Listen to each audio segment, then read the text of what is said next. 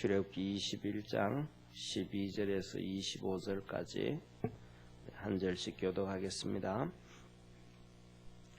사람을 쳐 죽인 자는 반드시 죽일 것이나 만일 사람이 계획함이 아니라 나 하나님이 사람을 그 손에 붙임이면 내가 위하여 한 곳을 정하리니 그 사람이 그리로 도망할 것이며 사람이 그 이웃을 짐짓 모살하였으면 너는 그를 내 단에서라도 잡아내려 죽일지니라. 자기 아비나 어미를 치는 자는 반드시 죽일지니라. 사람을 후린 자가 그 사람을 팔았든지 자기 수하에 두었든지 그를 반드시 죽일지니라. 그 아비나 어미를 저주하는 자는 반드시 죽일지니라. 사람이 서로 싸우다가 하나가 돌이나 주먹으로 그 적수를 쳤으나 그가 죽지 않고 자리에 누웠다가 지팡이를 짚고 기동하면 그를 친 자가 형벌은 면하되 기간 손해를 배상하고 그로 전치되게 할지니라. 사람이 매로 그 남종이나 여종을 쳐서 당장에 죽으면 반드시 형벌을 받으려니와 그가 1인이나 2일을 연명하면 형벌을 면하리니 그는 상전의 금전임이니라. 사람이 서로 싸우다가 아이벤 여인을 다쳐 낙태케 하였으나 다른 해가 없으면 그 남편의 청구대로 반드시 벌금을 내되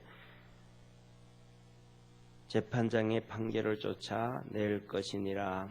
그러나 다른 해가 있으면 값되 생명은 생명으로 눈은 눈으로 이는 이로 손은 손으로 발은 발로 배운 것은 배움으로 상하게 한 것은 상함으로 때린 것은 때림으로 갚을지니라. 아멘. 하나님께서 이스라엘 백성들에게 나타나셔서 먼저 십계명을 말씀하시고 출애굽기 십계명을 말씀하시고 그 다음 21장부터 하나님께서 말씀하시는 것이 이제 이스라엘 백성들의 삶 중에서 어떻게 살아가야 되는 것인가, 하나님의 백성으로서의 살아가야 되는 법, 그거 다시 말하면 좀 뭐라 그럴까, 이해가 되려는지는 잘 모르겠습니다만은 모든 나라에는 헌법이 있듯이 그 헌법을 기초로 해서 그 밑에 뭐 형법이라든지 뭐 민법이라든지 뭐 이런 법들이 있는 것처럼 십계명을 중심으로 해서 그 밑에 법들이 있는데 이러한 법들을 시민법이라고 합니다. 신학에서는 시민법이다. 그렇게 하나님의 백성으로서의 지켜야 될 시민법. 그리고 다른 말로 하면 생활법이다. 그렇게 말씀을 해요. 그런데 그것을 말씀하면서 오늘은 이 출애굽기 21장 12절에서 25절까지는 중범죄에 대한 중범죄에 대한 형벌, 중범죄에 대해서 말씀을 합니다. 첫 번째로는 살인죄는 여기서 보면 하나님께서 반드시 이러이러한 죄는 반드시 죽여라. 그래서 그냥 죽이라는 말도 아니고 여기에는 예외가 없다. 반드시 죽여라 하는 예외가 없다. 그러는 것이 있어요. 그것이 12절에 살인죄는 반드시 죽여라.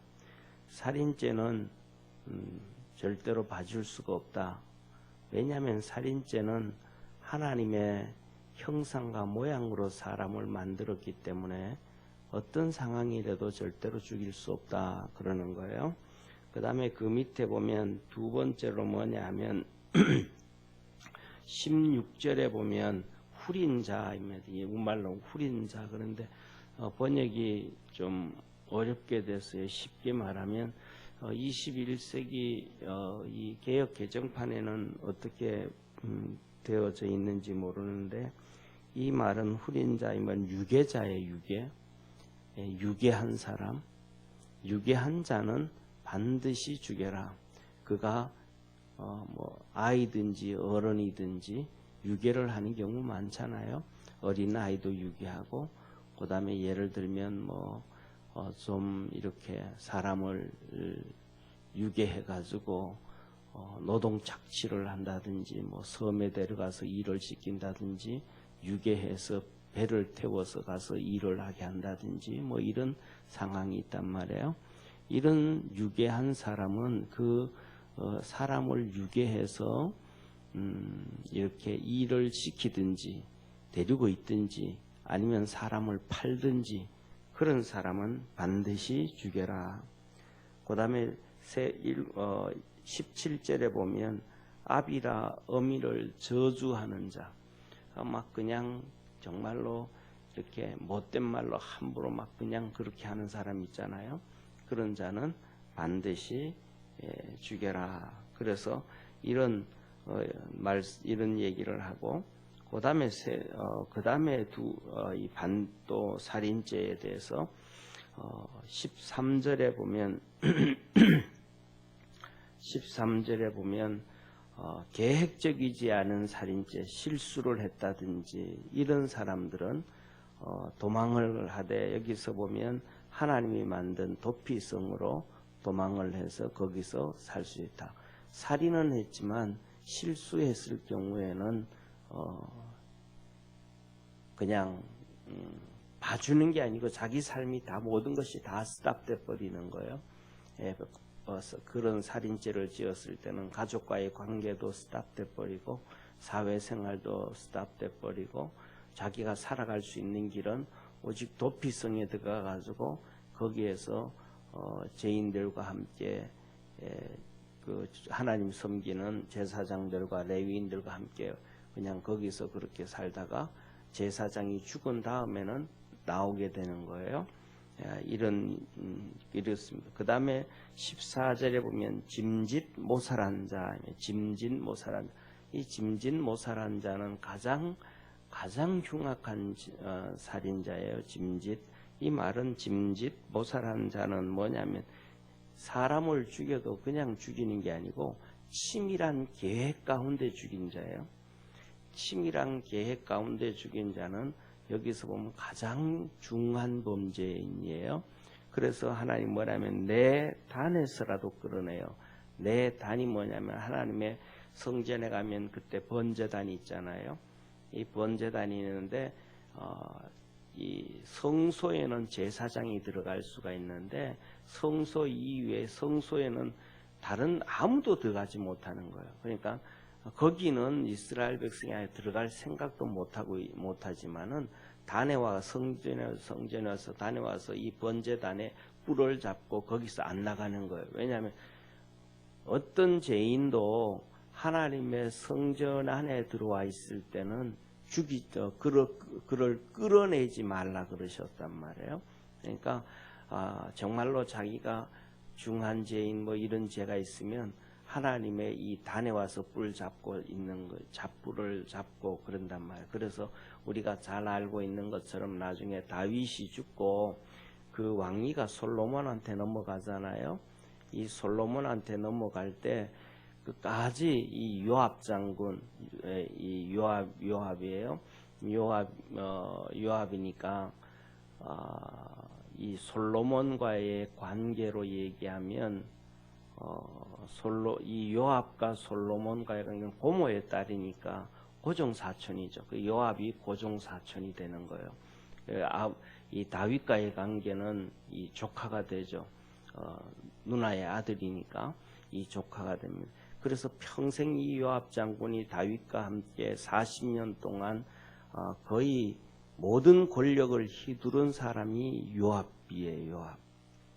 그래서 그가 요압 장수고 우리가 잘 알고 있는 것처럼 다윗이 이 우리아를 죽일 때 밧세바를 범하고 그 남편 우리아를 죽일 때도 이 편지를 써서 우리아를 죽이게 할 때 전쟁에서 죽게 하는 것이 요압 장군입니다.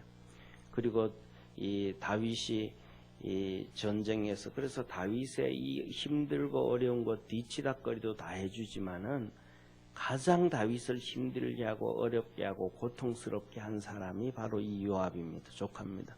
40년 동안 다윗 곁에서 모든 권력을 휘두른 사람인데 예를 들면 다윗이 이제 유다 왕이 되어지고 그다음에 이제 유다 왕이 되어지고 나머지 11지파들은 전부 사울 왕 가문을 쫓아가요. 그러니까 다윗이 처음부터 이스라엘의 이 12지파의 왕이 되는 게 아니고 유다 지파의 왕으로 7년 동안 있다가 그 다음에 7년 후에 이스라엘 전체 왕으로 등극이 되어집니다. 그래서 처음에는 유다 왕으로 사울이 죽고 난 다음에 유다 왕으로 등극이 돼서 있으니까 어떻게 하면 갈라지면 안 되니까 12지파가 그래서 하나 되기 위해서 사울 가문과 그 따르는 사람들하고 화친을 맺으려고 합니다. 그 화친을 맺으러 계약을 하고 약속을 다 하고 화친 맺으러 나갈 때 이 요압을 보냅니다. 자기가 신뢰할 수 있는 요압을 보냅니다. 그랬더니 요압이 가가지고는 다윗 명을 따라서 화친을 하려고 하는 것이 아니고 살인을 해버립니다. 그래서 쉽게 말하면 화친하러 가면 보통 이렇게 포옹하잖아요. 성경에서도 보면 고린도에서 보면 입맞춤으로 문안하라 이러잖아요. 이게 뭐냐면 서로 포옹하고 서로 이제 볼 부딪히고 하는 이런 친근의 표시. 이건 뭐냐면 내가 너한테 적이 아니다. 내가 너를 적으로 대하지 않는다. 전부 다 이렇게 무장해제하고 하는 거거든요. 그런데 요압이 가가지고 포옹을 하면서 이 단독칼로 옆구리를 찔러 죽여버립니다. 그래서 다윗과 이 11지파 사울 가문과의 이게 틀어지는 일들, 그 다음에 나중에는 이 다윗이 아들 압살롬이 반역을 일으킬 때 요압 장군한테 가가지고 제발 그 압살롬 그놈 아들만은 죽이지 말라고 다윗이 요압한테 정말로 애걸을 합니다. 그런데도 나중에는 이 반역했던 압살롬을 그냥 죽이죠. 그 죽이고 난 다음에는 다윗이 정말로 통곡하면서 울죠. 내 아들 압살롬아, 내 아들 압살롬아 하면서 막 그냥 통곡하면서 웁니다. 그리고 그 뒤에 이제 다윗이 솔로몬한테 왕위를 물려줄 때에 거기에 또 압살롬이 이 반대를 합니다. 그래가지고 다윗 명을 어깁니다. 그리고 이제 다윗이 죽고 그 다음에 솔로몬한테 왕위가 넘어간 다음에 솔로몬이 정리를 하는데 이 요압이 살기 위해서 하나님의 성전으로 도망을 갑니다. 그러니까 하나님의 성전에 도망을 가가지고 이 놋제단 뿔을 잡고 안 나옵니다. 왜? 거기서는 하나님이 죽이지 말라 그랬으니까. 자기 마지막 목숨 살라고 그걸 잡고 있죠. 그때 솔로몬이 거기서라도 끊어내라. 그런데 거기서 끌어내서 안 나오면 거기서 죽여라. 그래가지고 이 요압을 거기서 죽게 합니다. 하나님께서 뭐냐 하면 이렇게 하나님의 성전 안에 들어가서는 절대로 죄인을 거기서 끄집어내지 말고 거기서 죽이지 말라. 여기는 하나님의 거룩한 전이다. 이렇게 정리를 한 거예요. 그래서 뭐냐면 여기에서 나온 게 뭐냐 하면 천주교에서는 우리가 아는 것처럼 70년대부터 우리나라가 데모하면서 도망을 어디로 가냐면 명동성당으로 도망을 가잖아요. 왜 명동성당으로 들어가냐면 거기는 이것 똑같이 죄인을 그냥 다 이렇게 못 품어주는 거야. 못 빼앗아서 가게 하는 거예요. 그리고 더더욱 중요한 것은 명동성당은 대한민국 영토가 아니거든요. 그건 바티칸 영토거든요. 바티칸 국가 영토입니다. 바티칸은 로만 캐톨릭은 종교를 가정한 국가거든요. 그래서 유엔에 가입된 유일하게 중립국 제1지대, 제2지대도 아닌 자유민주주의 국가도 아니고 그 다음에 사회주의 국가도 아니고 아랍도 아닌 중립국가에 서 있는 나라가 유일하게 두 나라인데 그것이 스위스하고 그 다음에 바티칸이거든요. 유엔에 가입되어 있는. 그래서 그 우리나라에 있는 성당은 전부 다가 우리나라 영토가 아니고 바티칸 영토예요. 그래서 거기에는 우리나라 군인도 못 들어가고 경찰도 못 들어갑니다. 그러니까 거기로 이제 데모하던 사람이 다 들어가는. 이게 뭐냐면 여기에서 나오는 살인자도 뭐 어떤 사람도 이 성전에서는 죽이지 말아라. 하여튼 이 하나님의 법 가지고 시작되어진 것이 거기 나옵니다. 그런데 하나님께서 뭐냐면 치밀한 계획 가운데 사람을 죽인 살인자는 하나님의 단에서라도 그를 죽여라. 그건 절대 치밀한 계획 가지고 교묘한 방법으로 자기 죄를 숨기기 위해서 그러한 죄는 절대로 용서가 안 된다. 이게 하나님이 하시는 말씀입니다. 그리고 그 다음에는 이제 18절 19절에 가면 싸움을 합니다. 하나님은 싸움을 해도 심하게 하지 말라 그럽니다. 싸움을 해도 심하게 하는 싸움은 안 된다.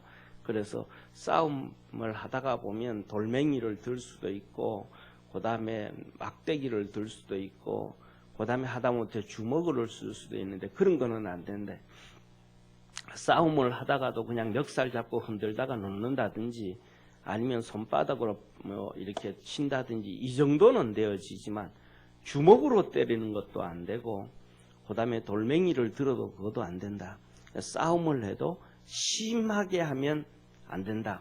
그래서 만일에 돌을 들었든지 주먹으로 때려져서 사람이 다 죽게 되어지면 그는 그래도 싸움 중에 정당방위 중에 싸우다가 이렇게 했기 때문에 그래서 그렇지만은 그 죄도 살인죄다. 그러니까 살인죄는 무조건 죽인다.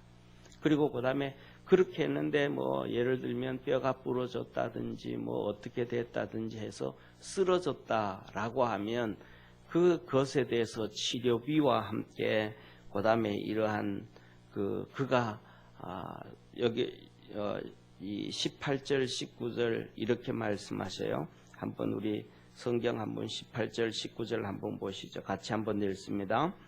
사람이 서로 싸우다가 하나가 돌이나 주먹으로 그 적수를 쳤으나 그가 죽지 않고 자리에 누웠다가 지팡이를 짚고 기동하면 그를 친 자가 형벌을 면하되 기간 손해를 배상하고 그 전치되게 할지니라. 그래서 뭐냐면 그렇게 싸웠음에도 불구하고 다쳤을 때는 100% 치료비를 다 물려주고 기간 동안 손해를 받던 거. 그러니까 일을 못했으면 일을 못한 것이고 그로 인해서 사람이 쉽게 말하면 병신이 된 거예요. 정상적인 활동을 하지 못하는 거예요. 그러면 일생 동안 어느 정도 일할 것에 대한 못하는 거니까 거기에 대한 배상까지도 다 해줘라. 그러니까 싸워도 절대로 도를 넘지 말아라. 이런 얘기를 하는 거예요. 이런 것을 보면서 우리가 뭐냐면 오늘날 우리가 살아가면서도 그렇죠. 부부 싸움을 한다든지 뭐 친구와 싸움을 한다든지 해도 말을 해도 도가 너무 지나쳐 버려서 너무 심하게 하면 안 된다라는 것을 하나님이 말씀을 해주고 계신 거죠. 그 다음에 20절에 가면 그 다음에 남종이나 여종을 집에 있고 뭐 있는데 그들을 하면서도 이 막대기로 때려서 죽이면 벌을 받는다.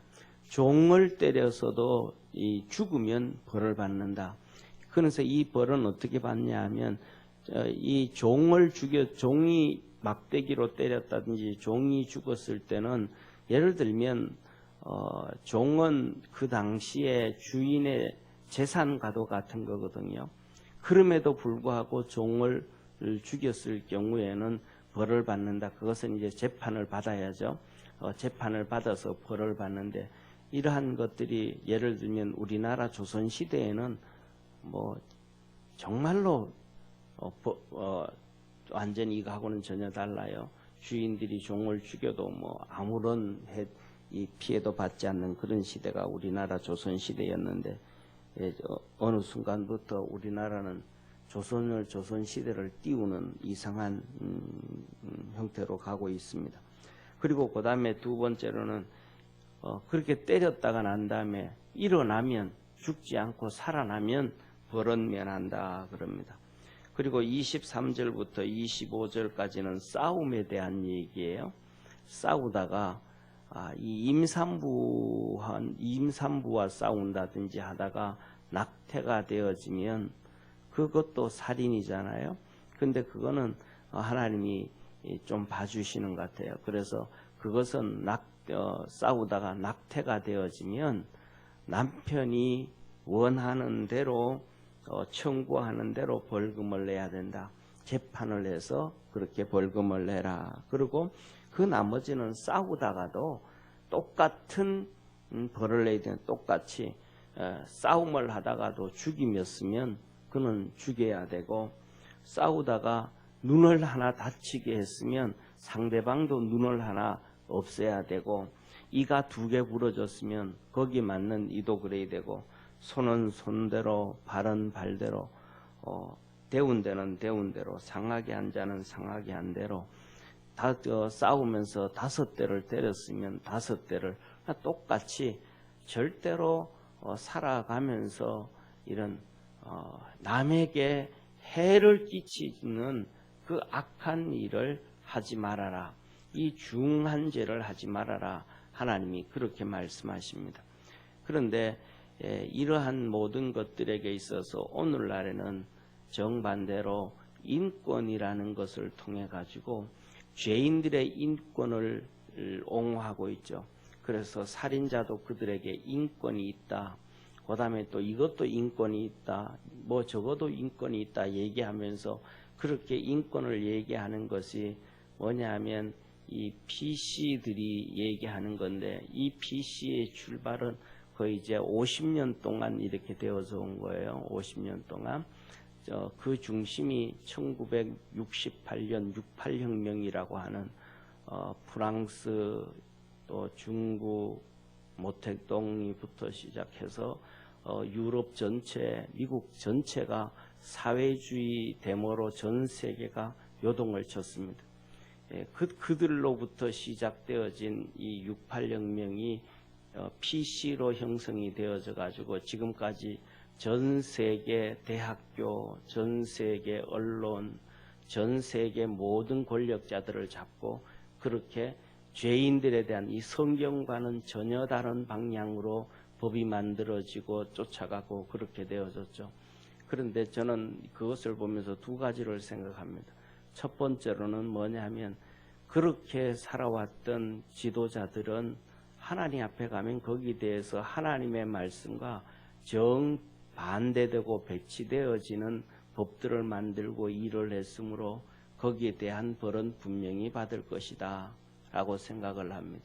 그래서 우리 기도할 때도 우리나라는 앞에 입법을 담당하고, 그 다음에 입법부 있는 국회, 그 다음에 사법부, 그것을 진행해가는 사법부가 자기 자의대로 그렇게 하지 아니하고 이 하나님이 말씀하시는 대로 일들이 진행되어져 가고 나라의 근간을 세워갈 수 있는 그런 나라가 될 수 있도록 기도를 해 주시기를 바라고, 그 다음에 2번째로는 이러한 PC들의 이러한 그 좌파들을 이렇게 거기에 대해서 태클을 걸고 이제는 정상적으로 바꾸고 돌아가는 일들을 누가 시작하냐면 트럼프로부터 시작되거든요.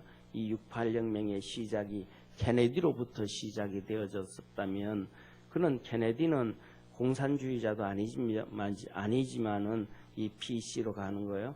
공산주의자만 PC가 아니고 그들을 전체가 그들로 이제 이렇게 되어져 가는데, 그 시대가 PC 시대도 어느 정도 이렇게 종말을 가하고 있지 아니하는가, 그런 생각을 합니다. 왜냐하면 PC의 최고의 정점이 오바마였거든요.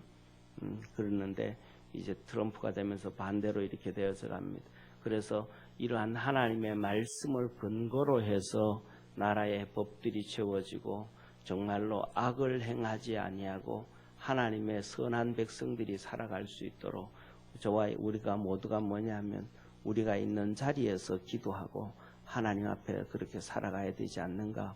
왜냐하면 우리 믿는 사람들은 성경은 성경이고 삶은 또 다르고 이렇게 이중적인 삶을 살면 그것이 바로 하나님 앞에서 바람직하지 않은 거잖아요. 하나님 말씀이 이거라 그러면 우리는 거기에 대해서 같이 하나님은 이걸 원합니다. 세상은 이렇게 돼야 됩니다. 라고 얘기하는 것이 바로 빛이고 소금이라고 생각을 합니다.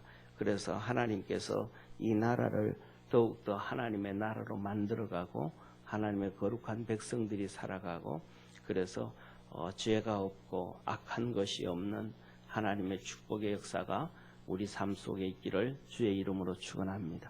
기도드리겠습니다. 전능하신 하나님 아버지, 하나님이 사람을 만드시고 창조하시고 이 땅에 사람을 보내시면서 이렇게 살아라라고 하나님은 말씀을 통해서 우리에게 가르쳐 줍니다.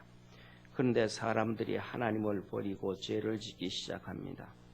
살인을 하기 시작하고 유괴를 하기 시작하고 말로 저주를 하기 시작하고 주먹으로 때리기 시작하고 돌로 때리기 시작하고 자기의 분을 남한테 표출하는 이러한 싸움을 해도 적당한 싸움이 아니고 정말로 생명까지 해야 하는 그런 싸움을 수시로 하기도 합니다. 하나님께서 그거는 안 된다라고 가르쳐 주시는 것이 하나님의 말씀인데 우리가 이 말씀을 하면서 우리가 예수 그리스도 주님을 본받아서 이 악한 것에서 벗어나게 하옵시고 또 이 악한 것에서 벗어날 수 있는 나라가 될 수 있도록 우리 믿음의 성도들이 국회의원이 되어지고 또 판사가 되어지고 검사가 되어지고 변호사가 되어져서 그 자리에서 하나님의 거룩한 의를 드러낼 수 있는 축복의 성도들 되도록 복을 더하여 주옵시고 가정 속의 삶 속의 믿음의 모든 자녀들이 하나님의 거룩한 은혜 안에 있게 도와 주옵소서. 이 시간에도 하나님 앞에 감사헌금 드립니다. 정재욱 집사 하나님 앞에 감사헌금 드리고 또 무명으로 주님 감사하며 예물 드리오니 주님 받아 주옵시며 하나님의 거룩한 은혜와 복이 모든 믿음의 성도들의 삶 속에서 아름답게 열매 맺도록 하늘 문을 열어 축복하옵소서. 구원의 은혜와 복이 있게 하시옵소서. 예수님의 이름으로 축복하며 기도드립니다. 아멘. 하늘에 계신 우리 아버지여, 이름이 거룩히 여김을 받으시오며 나라의 임하옵시며 뜻이 하늘에서 이룬 것 같이 땅에서도 이루어지리이다. 오늘날 우리에게 일용할 양식을 주옵시고 우리가 우리에게 죄 지은 자를 사하여 준 것 같이 우리 죄를 사하여 주옵시고 우리를 시험에 들게 하지 마옵시고 다만 악에서 구하옵소서. 내게 나라와 권세와 영광이 아버지께 영원히 있사옵나이다. 아멘.